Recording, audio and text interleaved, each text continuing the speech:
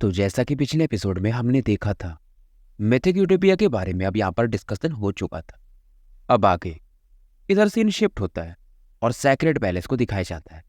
Sacred palace मालूम क्योंकि ये नॉर्दर्न एरिया में तो आसपास काफी बर्फ देखा जा सकता था और यहाँ पर इनके पैलेस मास्टर शेंग युआन को दिखाया जाता है।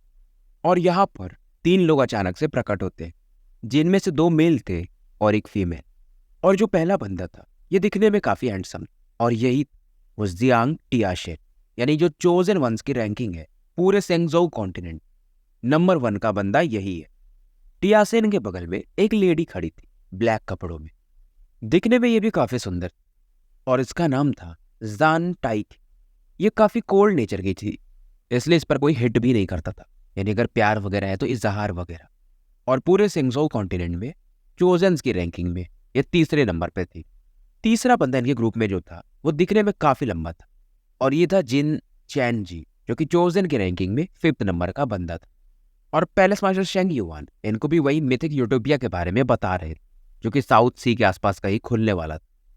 फिलहाल इनका डिस्कशन होता है और ये बोलते हैं कि तुम लोगों के लिए, यानी तुम तीनों के लिए एक टास्क है।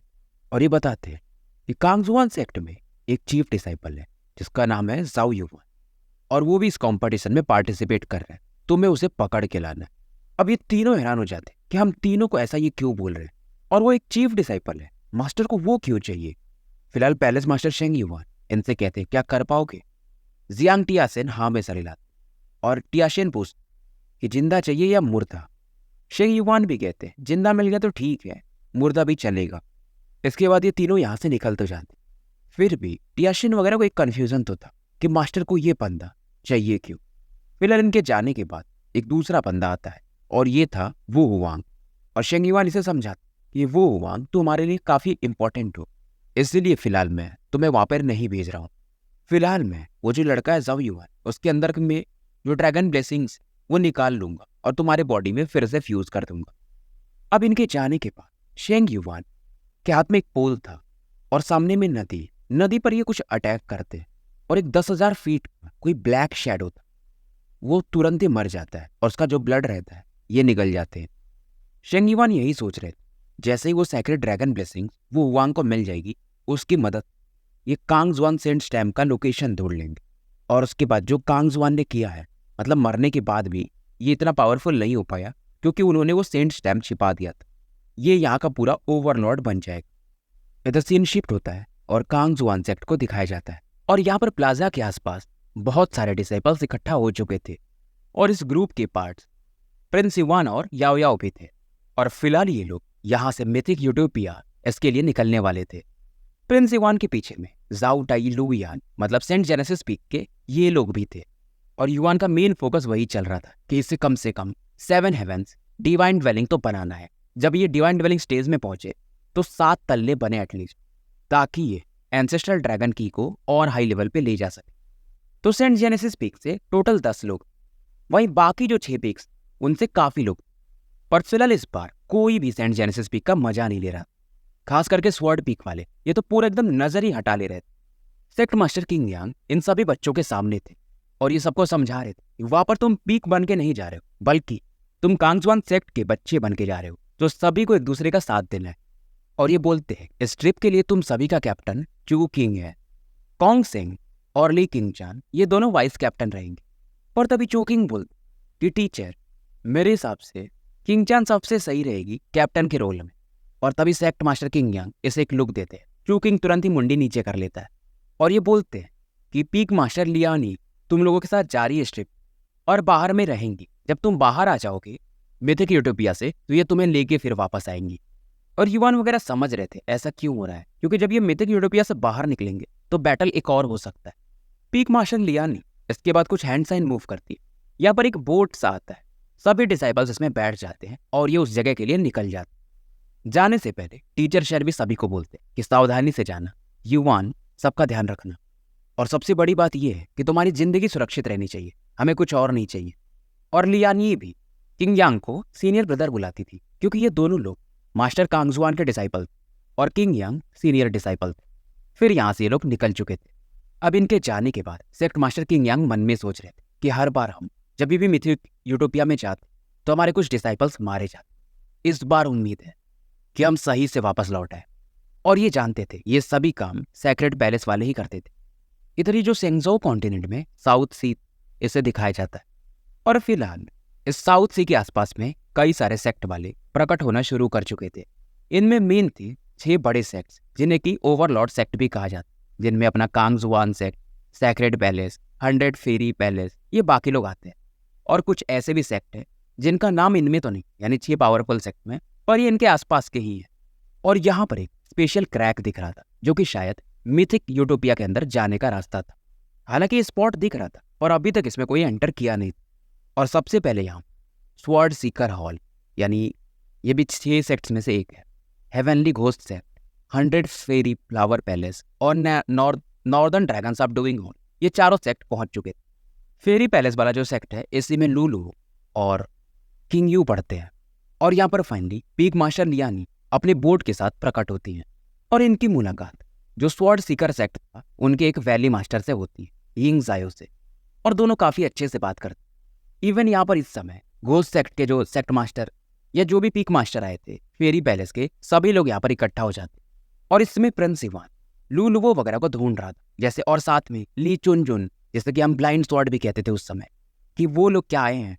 मिलने के बाद लियानी भी यहाँ पर थोड़ा वापस आ जाए और वेट कर रहे थे जो स्पेस का क्रैक था थोड़ा ज़्यादा एक्सपैंड हो जाए। और अभी तक सेक्रेड पैलेस वाले आए भी नहीं। लियानी थोड़ा मजे लेते, इन लोग की खासियत यही है, ये लास्ट में एंट्री करना चाहते हैं, खुद को हीरो दिखाना रहता। और यहाँ पर फाइनली एक बंदा प्रकट हो जिसकी आंखें एकदम डीप ब्लैक, और इसके पावर की वजह से कांगजुआन सेक्ट का जो शिप वो हिलने लगता है। पर लियानी भी अपने पावर को रिलीज करके इसके पावर को सप्रेस करने लगता। और ये बंदा कहता है कि लियानी, पहले तुम्हारा सेक्ट अच्छा था, हमसे पावरफुल, पर अब तुम हमारा मैच नहीं हो। और इस बंदे का नाम था किनलिंग। लियानी भी कहती, मुझे लगा कि ये कौन, तो सेक्रेड पैलेस के 4th हॉल मास्टर किनलिंग, तो ये आप हो। अब ऐसा लग रहा था ये दोनों सच में एक बैटल करने लगे। तो बाकी जो पीक मास्टर्स थे अलग अलग सेक्ट के, ये इन्हें रोकते हैं। युवान भी इस समय इस बंदे को देख रहा था। अच्छा, तो ये है सेक्रेड पैलेस का 4th हॉल मास्टर। तो सेक्रेड पैलेस में टोटल 10 हॉल्स हैं और किनलिंग उनमें से एक का हॉल मास्टर है। तो फिलहाल सेक्रेड पैलेस के आने के बाद 6 बड़े सेक्ट इकट्ठा हो चुके थे। और वहीं दूसरी तरफ मिथिक यूटोपिया का जो स्पेस का डिस्टॉर्शन था वो बढ़ते जाता, और बाकी सेक्ट वाले भी इसे मिलकर के काफ़ी खोल देते हैं ताकि बच्चे इसमें एंटर कर सकें। लियानी अब इन सभी को अंदर जाने को कहती है, पर फिर भी इन्हें एक बार समझाती है कि जैसे तुम सेक्ट में ट्रेनिंग करते हो ये वैसा नहीं है, यहाँ पर मारे भी जा सकते, तुम्हारे एल्डर्स और तुम्हारे टीचर्स यहाँ पर तुम्हें नहीं है प्रोटेक्ट करने को, तो कोई भी मिले उसे मर्सी मत दिखाना, खुद पहले मार देना। और उसके बाद ये चू किंग, किंग चान और कॉन्गशेंग की तरफ देखती है कि तुम तीनों ध्यान देना और सेक्रेड पैलेस से सावधान रहना। चू किंग हाँ में सर हिलाता, और इसके भी आंखों में एक सीरियस एक्सप्रेशन जब भी सेक्रेड पैलेस का नाम आता था। अब सभी सेक्ट वाले अंदर जाने लगे। वही सेक्ट मास्टर हाल मास्टर किंगलिंग को दिखाया जाता है जो कि लियानी से कहता कि हर बार हम ही जीतते हैं, तो इस बार भी कुछ बदलने वाला नहीं है। पर लियानी भी कहती अगर इस बार उल्टा हो गया तो। पर फिर भी ये किंगलिंग हंसते रहता है कि सपने देखना बंद करो। अब इधर अंदर प्रवेश करने से पहले किंग चान सभी को एक जेट टोकन टाइप कुछ देती है और साथ में मिथिक यूटोपिया का एक मैप भी देती है। जो मैप था उसमें बेसिकली जो मिथिक जेनेसिस एसेंस उनके लोकेशंस। युवान इस समय मैप को स्टडी करने लगा। इस पर कहीं पे 2 कलर्स फिक्स, तो कहीं पे इनसे ज़्यादा कलर यही दिखाते थे कि 2 प्रकार का डिवाइन ड्वेलिंग बनाया जा सकता, जैसे कि 2 कलर मिथिक जेनेसिस एसेंस भी कहा जा सकता। जितना ज़्यादा कलर्स होंगे उतना पावरफुल मिथिकल जेनेसिस एसेंस हो और उतना ही पावरफुल अपना डिवाइन ड्वेलिंग का कोर बन सकता है। और उसके बाद ये हर एक चीफ डिसाइपल का एक टीम बनवाती है। और किंग चान बताती है कि हम जो चोजन वंस हैं हम ज़्यादा डीपर रीजन्स में जाएंगे मिथिक यूटोपिया, और उसके बाद तुम लोगों के लिए रास्ता थोड़ा आसान रहेगा। और ये बताती है कि तुम लोग सभी अलग अलग डायरेक्शन में जाना, पर एक बार आके सभी चीफ डिसाइपल्स ईस्ट वाले डायरेक्शन में मिलना, उसके बाद आगे बढ़ना। तो प्लान इनका बन चुका था और चोजन वंस ये सीधा एकदम जो डीप पाथ है उसको फॉलो करने वाले थे। और किंग चान इस समय युवान को बताती है इसमें ऐसा समझ ले कि एक जिला है, डिस्ट्रिक्ट, और ये भी काफ़ी बड़े, तो मैनेज करना थोड़ा टफ, कंपटीशन भी काफ़ी टफ होने वाला है। इसको मालूम था कि युवान को जो शुरुआत के मिथिकल एसेंस वो पसंद नहीं आएंगे, इसलिए इसे समझा रही थी कि धीरे धीरे आगे बढ़ोगे तो तुम्हारे लिए भी अच्छा हो, क्योंकि इसको लगता था कि युवान शायद डायरेक्टली डीपर एरियाज में जाना चाहता है। पर युवान इसकी बात मान जाता है अब इसके बाद किंग चान याओ याओ की तरफ देखती है और कहती है, उम्मीद है कि तुम और टुनटुन मेरे साथ चलोगे फिलहाल, यानी कि चोजन वंस के साथ, क्योंकि इनको मालूम था कि टुनटुन और याओ याओ दोनों चोजन वंस से बिल्कुल भी कम नहीं है। याओ याओ थोड़ा सा सोचती है और युवान की तरफ देखती है, क्योंकि इससे थोड़ा सा युवान की फिक्र भी थी कि इस मिथुक की यूटोपिया में काफी खतरे हैं। अब इस समय किंग चान याओ याओ से कहती, वो बच्चा नहीं है, हर समय क्यों उसकी चिंता करती हो। बाकी लोग भी यही सोच रहे थे, यार इतनी सुंदर लड़की, कोई तो है जो युवान का फिक्र करता है, और इतनी पावरफुल। क्योंकि अंदर ही अंदर हंस रहा कि ये डेविल गर्ल, इसके अंदर इमोशंस भी हैं, पर ये कि थोड़ा निराश फील कर, इससे लगने लगा कि शायद याओ याओ युवान की ज्यादा ही फिक्र करती। युवान भी अब याओ याओ को समझाता है कि टेंशन मत लो, आगे मिलते हैं हम, क्योंकि युवान के भी हिसाब से अगर सामने कोई चोजन वन नहीं तो ये आराम से उसे संभाल सकता। और यहाँ पर जैसे जैसे ये धीरे धीरे आगे बढ़ेगा, इसका स्ट्रांग होना भी हो सकता था, क्योंकि बहुत सी चीजें मिलेंगी तो क्या पता ये ब्रेक थ्रू भी कर ले। और याओ याओ भी समझ गई, तो फिलहाल ये सब डिसीजन हो चुका था। फिर भी ये दोबारा कहती है कि ज्यादा सावधान रहना। युवान एक इसे स्माइल देता है। फाइनली ये सभी अपने रास्ते निकलने वाले। युवान भी आंखें बंद करता है और कहता, मिथिक यूटोप मैं आ रहा हूं। अब युवान वगैरह मिथिक यूटोपिया में एंटर करते हैं, जहां पर मिस्ट इन्हें दिखाई दे रहा था, यानी कि धुंध। लैंड भी काफी एंशियंट और एक प्रीमियल ऑरा यहाँ पे फील की जा सकती थी, और जेनेसिस की भी काफी ज्यादा प्योर था, साथ में एकदम कंडेंस फॉर्म में। सभी के पास यहाँ पर एक लैंटेन था, जिससे कि ये कम्युनिकेशन कर सकते थे अगर कोई भी कुछ मील के अंदर हो, 100 मील के अंदर या 200-300 मील के अंदर। युवान पहले यहाँ पर अपना जेनेसिस की यहाँ पर एब्जॉर्ब करने लगा, और आधे घंटे के बाद ये आंखें खोलते और एक के बाद एक यहाँ पर कई सारे डिसाइपल्स प्रकट होते हैं। इसे मिलती है होंगी और ये स्माइल करती कि चीफ डिसाइपल युवान, मैं तुम्हारे साथ ही जाना चाहती थी। और इसके साथ में कांगजुआन पीक के बहुत सारे लोग। फिलहाल जिस एरिया में थे ये और डिसाइपल्स का वेट करते कि क्या कोई और आने वाला है। थोड़े समय तक वेट करने के बाद जो भी डिसाइपल्स थे जो कि युवान के टीम में थे, वो अब यहाँ पर आ चुके थे। एंटर करने के बाद रैंडमली लोग कहीं पर भी पहुंच जाते हैं। इधर गो होंगी, इसके साथ में इसकी कुछ सीनियर सिस्टर्स भी आई थी, तो इसके मजे लेने लगती कि लगता है तुम्हारे अंदर अब प्यार जागा। पर होंगी भी बोल, अरे वो मेरा बस फ्रेंड है। अब युवान की टीम में जाओ टाई, लू यान, ये सभी लोग आ चुके थे। तो एंटर करने के बाद इनको ईस्ट डायरेक्शन से पढ़ना था, तो जो भी डिसाइपल्स आए थे वो इनकी टीम में नेचुरली आ चुके थे। और युवान की टीम में टोटल 70 डिसाइपल्स, जैसे कि इनमें थर्ड पीक वाले भी मौजूद। और सभी एक साथ बोलते जैसा चीफ डिसाइपल युवान बोलेंगे हम वैसा ही करेंगे, क्योंकि सभी को अपने जान की फिक्र तो होती ही है। अब युवान इस साउथ वेस्ट डायरेक्शन में देख कि ईस्ट में तो ये पहुंच चुके हैं, अब इस डायरेक्शन से इन्हें पढ़ना है। वहां पर मैप में एक 3 कलर मिथिकल जेनेसिस इसेंस, वहीं पर ये लोग पहले पढ़ने वाले थे। अब जब ये आगे बढ़ते तो दूर से ऐसा लगा, इनको फील होता कि कई सारे लोग इन्हें मानो घूर रहे हैं। आधा दिन बीत जाता है और ये जो 3 कलर मिथिकल इसेंस था, युवान वगैरह की टीम इसके अब काफी करीब पहुंचने लगी। युवान यहाँ पर एक पेड़ से देख सामने में एक पहाड़ सा दिख, जहां पर शायद वो मिथिकल इसेंस। पर होंगी तभी बोलती, पर ये जगह इतना शांत क्यों है, क्योंकि बहुत सारे लोग यहाँ पर पहुंच जाने चाहिए थे। हालांकि रास्ते में इन्हें भी कई सारे जेनेसिस बीस्ट वगैरह मिले। युवान भी इसकी बात से सहमत और कहता है पहले हम कुछ भाग में बढ़ जाते और पूरे एरिया को अच्छे से स्काउट करते, फिर ही हम डिसीजन लेंगे। पर जब भी ये आगे बढ़ते इन्हें यहाँ पर भी पहाड़ी तक भी कोई मिलता नहीं है और कोई बीस्ट भी नहीं मिलता है। इवन युवान ध्यान से देख, यहाँ पर कुछ नहीं दिख रहा था, बस सामने में एक एंशियंट ट्री दिखाई दे रहा था पत्थरों के बीच में, और पेड़ की भी हालत मानो थोड़ी खराब हो। युवान यहाँ पेड़ की तरफ बढ़ता है और साथ में अपना युवान ब्रश बाहर निकाल लेता है। बच्चों को भी नहीं समझ में आ रहा था कि युवान कर क्या रहा है, क्योंकि वो पेड़ तो मानो सूख चुका हो।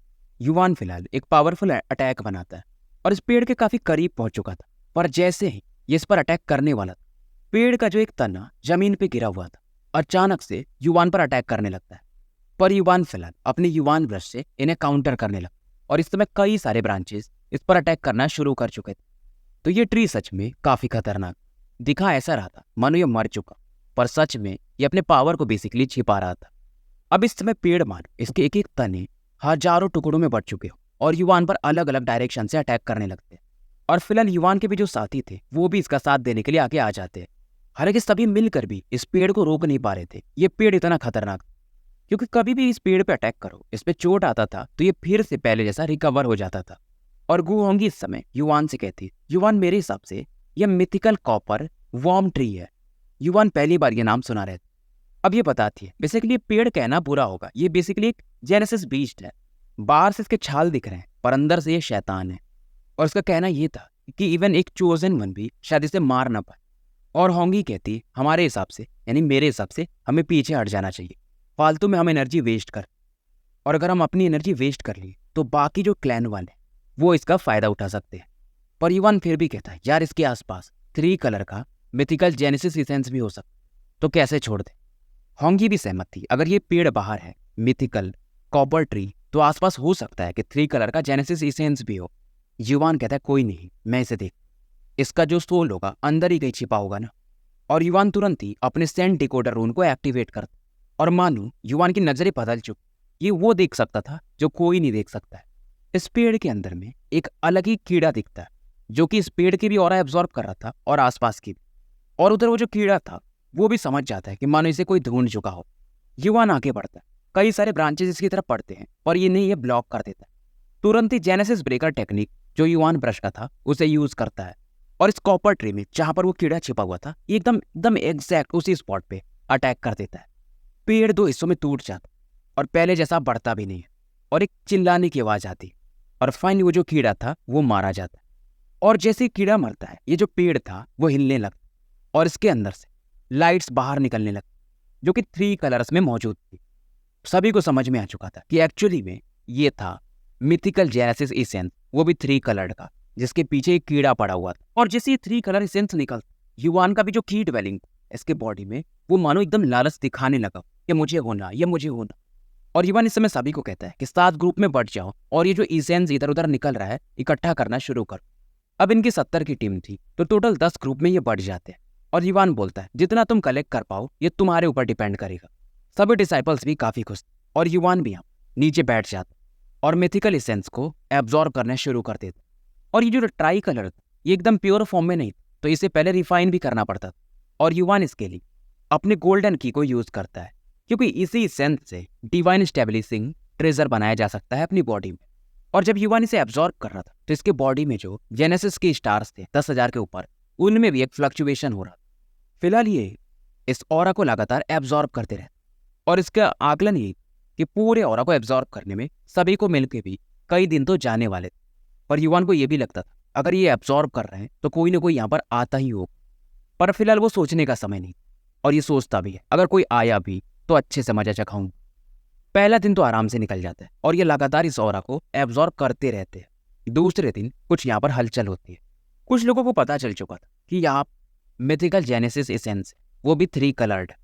पर जब भी वो लोग आते तो यहाँ पर एक डिसाइपल जो कि कांगजुआन सेक्ट का ही वो चिल्लाता कि इस जगह को हम डिस्कवर कर चुके तो अंदर एंटर मत करना और हम कांगजुआन सेक्ट से। हालांकि वो बंदा आगे नहीं आता है उसकी टीम, पर धीरे धीरे यहाँ पर और भी कई सारे सेक्ट वाले इकट्ठा होने लगे थे। गोहोंगी वगैरह को समझ में आ जाता कि हमारा शायद कांगजुआन सेक्ट का नाम भी इन लोगों को रोक ना पाए क्योंकि लालच होता ही ऐसा। दूसरा दिन भी निकल चुका था, तीसरा दिन आता है और एक टीम आती है जिसमें 30 लोग थे और ये सभी 30 काफी पावरफुल लग रहे थे। और ये थे लिटिल थंडर गेट जो कि एक फर्स्ट क्लास क्लैन या फैक्शन माना जा सकता है सेंजो कॉन्टिनेंट में। अब इनका जो लीडर था इसका नाम था ली किंग हाई। इसे बहुत सारे क्लैंस वाले जो कि छोटे क्लैंस के थे वो पहचान जाते कि ये तो थंडर गेट का है। और उनका एक जनरल है लिटिल थंडर गेट में टोटल 3 जनरल्स और ये उनमें से एक। ये काफी स्ट्रांग, इसका पावर लेवल अल्फा के 9 स्टार में जा चुका था तो एक तरह से ये भी चीफ डिसाइपल से कम नहीं था। अब ली किंग हाई आगे आता है और बाकी जो छोटे छोटे क्लैन वाले थे उनसे बात करता कि मैटर क्या है। इससे पता चल जाता है कि अंदर में कांगजुआन सेक्ट वाले 3 स्टार जेनेसिस इसेंस को एब्जॉर्ब कर रहे हैं। और इन्हें पता चलता है कि इनका जो लीडर है वो जाव युवान करके है जो कि सेंट जेनेसिस पीक। अब सेंट जेनेसिस पीक के बारे में ये भी जानता था कि वो तो कांगजुआन सेक्ट में सबसे कमजोर पीक है तो डरने की कोई बात नहीं है, ये ऐसा मन में सोचता। और वैसे भी ये लड़का जाव युवान नया नया प्रमोट हुआ है। अब सबको भी पता चल चुका था कि वो इतना पावरफुल बंदा है नहीं, अगर स्वॉर्ड पीक का होता या कांगजुआन पीक का तो डरने की भी बात थी। ली किंग हाई हंसता है, इसके हाथ में 2 सिल्वर बॉल्स जिन्हें ये लगातार घुमा रहा था। पर फिर भी ये कहता हालांकि सेंट जेनेसिस पीक वाले कमजोर हैं पर हम उन्हें अंडरस्टिमेट नहीं कर सकते क्योंकि इसे मालूम था कि आगे में कांगजुआन सेक्ट के बाकी लोग भी तो मिलेंगे। और ये मनी मन एक प्लान बना कि सब युवान से बात कर, अगर वो कुछ हिस्सा थे तो काम आसान हो जाएगा। और किंग हाई अपने टीम को भी और बाकी लोगों को भी कहता है यही वेट करो, मैं अंदर जाके आता हूँ। इधर युवान को दिखाया जाता जो कि अभी भी मिथिकल इसेंस को एब्जॉर्ब कर रहा था और एक पावरफुल सेंसेशन ये सामने से फील करता है। इसे पता चल चुका था कि लिटिल थंडर गेट वाले आए हैं और जब युवान कहता है अपने बाकी साथियों से उसे आने दो, देख लेते हैं। किंग आई यहाँ पर फाइनली आता है और युवान की तरफ देख कर कहता है, तो आप हो सेंट जेनेसिस पीक के चीफ डिसाइपल जब युवान। और ये हैरान क्योंकि युवान के पावर को ये देख सकता था कि अल्फा के 7th स्टार। युवान भी कहता है ये समझ चुका था कि सामने वाला इसे कम में आकर है, फिर भी ये कहता है कि मैं आपकी हेल्प कैसे कर सकता। अब किंग आई पूरा प्लान बताता कि बाहर में बहुत सारे लोग आपका विरोध कर, अगर आप ये जो हिस्सा है जेनेसिस इसेंस का 50% मुझे दे दो तो हम दोस्त भी बन सकते हैं और बाकी लोगों को भगा देंगे। युवान इसका इशारा समझ जाता, फिर भी इसे मना कर देता। और युवान के मना करने से पहले गुओंगी पहले ही बोलती है 50%, मजाक कर रहे हो। युवान का भी सेम जवाब। अब किंग आई को भी गुस्सा आ रहा था और किंग आई कहते हैं, अगर ब्रदर युवान आप मानोगे नहीं तो मुझे दूसरा तरीका अपनाना पड़ेगा। और ये बाहर जाने लगा और कहता है आधे घंटे में वेट करूंगा, अगर कुछ न्यूज़ नहीं आया तो फिर वही बैटल हो। और पर ये जैसे ही निकल रहा था युवान कहता है, तुम आ तो गए हो पर अब जा नहीं सकते। और ये तुरंत ही अपने बाकी लोगों से इस पर अटैक करने को बोलता है और युवान इसे इशारा कर कि कभी भी किसी के एरिया में अकेले नहीं घुसना चाहिए। किंग आई को लगा नहीं कि युवान इतना खतरनाक बंदा हो, इससे अपने कांगजवान सेक्ट की इज्जत की भी परवाह नहीं है। ये कई लोगों को एक अकेले पर अटैक करने के लिए भेज रहा है। अब कई सारे लोग किंग आई पर मिलकर के एक साथ अटैक करते और जहां पर अटैक करते वहां पर एकदम धूल धूल सा हो जाता। बेसिकली जब धूल शांत होता है तो लोग देखकर हैरान, वहां पर एक सिल्वर बॉल ही बस दिखने को मिलता है। किंग आई कहीं पर नहीं। युवान समझ जाता और इसकी तरफ देखकर कहता है, इससे पहले से पता था कि किंग आई कहां पर, कि सच में तुम कैपेबल हो तभी तो अकेले आए थे। अब किंग आई को भी ऐसा लगा युवान मानो से इग्नोर मार रहा था और ऐसा समझ रहा है कि किंग आई उसके काबिल नहीं है, तो किंग आई को भी काफी गुस्सा आता। किंग आई भी बोलता है, मुझे नहीं पता कि तुम सेंट जेनेसिस पीक के चीफ डिसाइपल कैसे बन गए, बस 7th लेयर में होकर, पर तुम मुझे नहीं हरा सकते। और इस समय इसकी बॉडी से एक पावरफुल सिल्वर जेनेसिस की, जिसमें कि थंडर पावर मिक्स, ये बाहर निकलने लगता है। बाहर वाले जो लोग थे वो समझ चुके कि शायद किंग आई जो प्लान कर रहा था कि इन्हें मना लेगा, वैसा कुछ हो नहीं पाया है और एक बैटल अब शायद होने वाला है। युवान भी देखता है कि यार यहाँ पर बहुत सारे लोग अट्रैक्ट तो हो ही चुके हैं और शायद किंग आई को हरा करके इन सभी को शांत किया जा सकता है। किंग आई इधर फिर से चिल्लाता कि जब युवान मैं तुम्हें एक आखिरी मौका दे रहा हूँ। युवान भी अंदर ही अंदर हंस रहा था, इसलिए लग रहा है कि मैं 7th लेयर पे हूँ तो ये मुझे हरा सकता है। अब युवान भी अपने युवान ब्रश को बाहर निकाल, ब्रश का साइज काफी तेजी से बढ़ता और ये भी किंग आई से कहता है, मैं भी तुम्हें एक आखिरी मौका देता हूँ, चले जाओ यहाँ से, तुम्हारे लिए अच्छा होगा, नहीं तो बाद में फिर मुझे मत बोलना। अब ये सुन करके बाकी लोग भी हंसने लगते और किंग आई भी कहते, अगर तुम कांगजुआन पीक के चीफ डिसाइपल होते या लाइटनिंग प्रिजन पीक के तो एक बार मैं चलो मान भी लेता और हट जाता, पर तुम सबसे वीकेस्ट हो। अब युवान को भी आता है गुस्सा, ये तुरंत अपने इथेरियल फॉर्म को एक्टिवेट करता है और काफी तेजी से किंग आई की तरफ पढ़ने लगा। युवान इस समय अपने सिल्वर जेड स्किन को एक्टिवेट कर चुका था, यानी कि मिथिकल बॉडी को, और बदले में एक पावरफुल पंच आगे बढ़ा देता। उधर से किंग आई भी एक पंच बढ़ाता है, पर जब दोनों के अटैक टकराते तो मानो किंग आई का जो हाथ वो खून से भर गया हो और ये काफी पीछे जंगल में जाके गिरता है।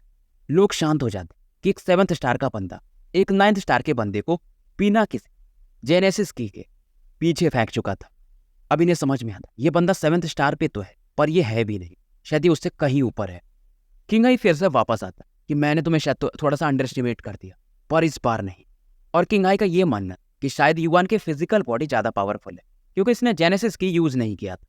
और ये युवान को ज्ञान भी देता है कि केवल फिजिकल बॉडी के दम पर तुम मुझे नहीं हरा सकते, इवन तुम्हारा जेनेसिस की स्ट्रांग होना चाहिए। और किंग आई काफी पावरफुल जेनेसिस की अपनी बॉडी से रिलीज कर। इधर किंग आई बाकी लोगों से कहता है कि मैं इस युवान को संभालता हूँ और बाकी तुम लोग उस मैथिकल एसेंस को कलेक्ट करने में लग जाओ। अब यहाँ पर कई सारे लोग लगभग 100 के आसपास थे जो कि उस तरफ बढ़ने लगे, पर कांगजुआन सेक्ट वाले भी युवान के अलावा शायद 69 या 70 लोग, तो ये भी सामने से आते हुए लोगों पर अटैक करना शुरू कर देते। और फिलहाल इन सभी को गुओंगी लीड कर रही थी। इधर युवान भी सोचता है कि और भी बहुत सारे लोग, तो इनका कांगजुआन सेक्ट कमजोर पड़ सकता, तो ये बैटल को जल्दी समाप्त करने पर फोकस कर। इधर ली किंग आई फिलहाल फिर से एक बार युवान को ज्ञान देते कि मैंने तुम्हें समझाया, और इस समय ये एक पावर यूज कर रहा था। इसके बॉडी से लगातार लाइटनिंग पावर इकट्ठा होने लगी थी। ये कुछ हैंड साइंस बनाता और कई सारे लाइटनिंग स्पाइक युवान की तरफ बढ़ा देता है, और युवान भी इससे फर्क नहीं पड़ता, मानो ये टेलीपोर्टेशन यूज कर रहा हो, लाइक 4th होगा के। नारुतो के पप्पा के जैसे, और किंग हाई की तरफ फिर से एक पावरफुल पंच बढ़ा देता। ये pure physical power attack. King high को समझ में आता है यार इस बंदे का फिजिकल कुछ ज्यादा ही स्ट्रांग है। अब इस अटैक को ये काउंटर तो नहीं कर सकता था, ये तुरंत एक टेक्निक यूज करता है जिसे कि लाइटनिंग मिरर कहते हैं। यानी ये युवान के अटैक को यहीं पर नलीफाई कर देगा या उल्टा युवान की तरफ ही भेज देगा। और युवान का फोर्स इतना पावरफुल कि इसका लाइटनिंग मिरर भी यहाँ पे टूट जाता है। और इस समय युवान किंग हाई को सीधा इसके गर्दन से उठा लेता है। पर किंग हाई फिर से इल्यूजन लाइटनिंग आर्ट करके कोई टेक्निक था वो यूज करता है, और युवान ने जिसे उठाया था बेसिकली वो इसका एक शैडो क्लोन किंग हाई। और किंग हाई थोड़ा दूर प्रकट होता। युवान को समझ में आता इस बंदे के पास काफी रिसोर्सेस है, पर मैं इसे भागने तो नहीं दूंगा। युवान भी अब अपना इथेरियल फॉर्म एक्टिवेट करता है, और किंग हाई जो कि भाग रहा था उसे भी एकदम शैडो के समान ये पीछा करने लगा। किंग हाई को अब शायद समझ में आने लगा कि युवान को ये हरा नहीं सकता। ये थोड़ा सोचता है और फिर से एक हैंड सील बनाता है, और एक बार गुस्से में कहता है कि तुम 7th लेयर पे हो अल्फा के, और तुम मुझे हराना चाहते हो बस अपनी फिजिकल बॉडी के दम पर। इस बार मैं तुम्हारा घमंड चूर चूर कर दूंगा। और ये जो टेक्निक इसने यूज किया था ये थंडर किंग सील करके था, यानी एक थंडर पावर जो कि युवान को चारों तरफ से मानो घेर सकता। ये इनके लिटिल थंडर गेट का एक सीक्रेट आर्ट। अब इस पावर को देखकर दूर से जाओ टाई लू यान वगैरह थोड़े चिंतित। हालांकि इन्हें युवान पे काफी भरोसा था, पर ये जो बाई लीचे था जैसे कि युवान ने हराया उससे ये किंग शान थोड़ा ज्यादा स्ट्रांग था, सॉरी किंग हाई। अब ये जो थंडर सील पावर था युवान को चारों तरफ से घेर चुका और खतरनाक लेवल का लाइटनिंग चमकने लगा। और किंग हाई के हिसाब से युवान अगर मरा नहीं हो तो एटलीस्ट सीरियसली इंजर्ड तो हो गया हो। पर जैसे जैसे लाइटनिंग शांत, किंग हाई हैरान हो जा, क्योंकि बीच में से एक गोल्डन की दिखाई दे रहा था जो कि अभी भी युवान को सुरक्षित रखा हुआ था। और जेनेसिस की जो दिख रहा था उसमें एक स्टार फेनोमिनन थे। बाकी लोग भी समझ जाते हैं कि यार इस बंदे का जो जेनेसिस की स्टार्स हैं इसकी बॉडी में शायद 10,000 के पार है, तभी तो ये कंडेंस होने लगे। पर ये 7th स्टार में है, ऐसा कैसे कर सकते? जैसे कि अगर भी किंग हाई को देखा जाए, हालांकि अल्फा के 9th स्टार में है, पर अभी भी इसका जेनेसिस की 9,000 के आसपास ही है, पर युवान का 10,000 के पार है। ली किंग हाई भी समझ चुका था कि युवान को यह हरा नहीं सकता, क्योंकि इसे लगा था कि युवान के पास फिजिकल बॉडी ज्यादा स्ट्रॉन्गर है, पर इसका जेनेसिस की स्टार्स वो तो और भी ज्यादा खतरनाक। और जो थंडर सील का पावर था युवान इसे फोर्सफुली एकदम क्रश कर देता है। किंग हाई का जो सांस वो जा चुका था, और ये युवान से गिड़गिड़ाने लगता है और साथ में यहाँ से भागना शुरू कर देता है। पर युवान भी अब मूड में आ चुका, और युवान तुरंत ही अपने युवान ब्रश से इस पर अटैक कर देता, जिसमें इसने इस बार अपने जेनेसिस की को भी यूज किया था। किंग हाई इस अटैक को ब्लॉक करने की कोशिश तो करता, पर ये युवान ब्रश ज्यादा ही पावरफुल, और एक ही अटैक में इसे जंगल में दोबारा से फेंक देता। किंग हाई एकदम खून से सन चुका था, चेहरा इसका ऐसा हो गया था कि मानो अब ये महीने भर तो लेगा रिकवर होने। और ये चिल्लाने लगता है, ब्रदर युवा मुझसे गलती हो गई, मैं आपकी महानता को नहीं समझ, आप हमें दुश्मन क्यों बनाना चाहते? हमारे थंडर गेट के लोग आगे भी हैं, जाने दीजिए। पर युवान स्माइल कर, पर तुमने पहले अटैक किया, और क्या तुमने ये सोचा था? किंग हाई अब ये डरने लगा था, क्योंकि युवान फिर से इस पर एक अटैक करने वाला था, और ये चिल्ला के कहता, अगर आप मुझे छोड़ दोगे तो मैं 6 कलर वाले एक ट्रेजर का आपको लोकेशन बता सकता हूँ। युवान अपना पाम रोक ले, और ये भी काफी एक्साइटेड, क्योंकि अभी इसने जो एब्जॉर्ब किया वो 3 कलर का मिथिकल एसेंस 6 कलर का मिल जाएगा, तो शायद ये अपनी बॉडी में 7 स्टार डिवाइन ड्वेलिंग बना सकता है। स्टोरी यहीं समाप्त करते हैं और मिलते हैं फिर कल एक नए वीडियो के साथ।